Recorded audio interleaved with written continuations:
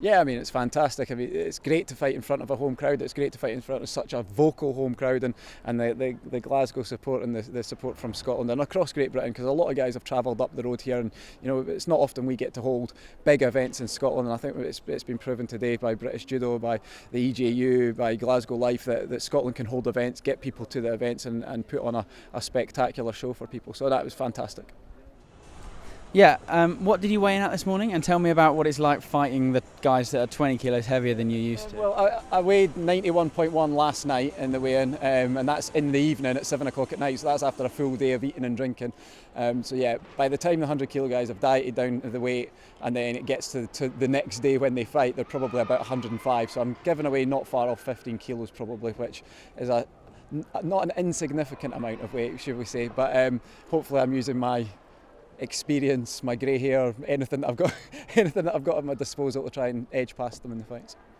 The crowd here was really good today. Talk about that, and tell me why after every fight you were really going for it, geeing up the crowd. Tell me about that. I think because British Judo put on a fantastic event. Glasgow Life and British Judo and the European Judo Union. Every time the event is in Britain, it's a fantastic event. I would say it's of the World Cup level events by far the best looking event. But because we're not used to having big events in a judo sense in Great Britain, sometimes the crowd need a little bit to get them going. They're really vocal when you come out, and they're really vocal when you win, but sometimes you need that support during the match, and I was just kind of trying to G them up and get them to make sure they were supporting all the GB guys while they were fighting, as well as before and after. So the Commonwealth Games is coming here next year. Tell me a little bit about that and your preparations for that. Well, I suppose this kind of starts to make me cement in my head that I could possibly fight at the Commonwealth Games at 100 kilos.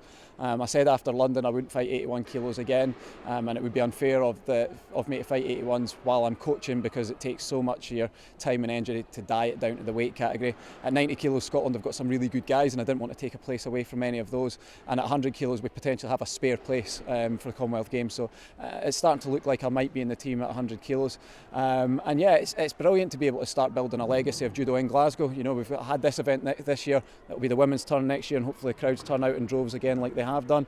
Then the Commonwealth Games, then the European Championships, and if we can start to create something in Glasgow and in Scotland that can build year on year, then by the time we get to European Championships 2015, I'd hope to see a stadium like this filled to the rafters. What was it like having Gemma here cheering you on and even presenting you with your medal at the end?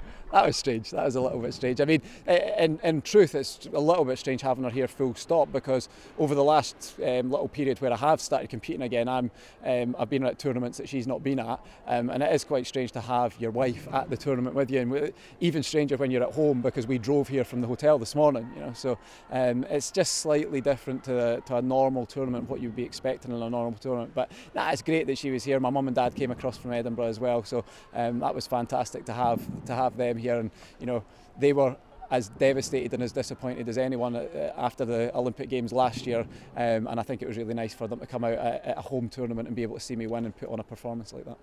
And the medal, receiving the medal, what happened there? Did she say anything to you? Did she put it around your neck? No, she didn't. She just said they made me do it, which I kind of knew anyway, because it's probably not the type of thing she'd want to come and do. So, but yeah, it's a little bit of fun, I suppose, and hopefully the crowd enjoyed it. Brilliant, and congratulations. So I suppose by this time next year, if I do make the Scottish team for the Commonwealth Games, and if Gemma makes the English team for the Commie Games, we'll be on different camps, but we would be fighting the same day, but I'm sure we'll be supporting each other, even if the run into the tournament might be a little bit fractious, I suppose.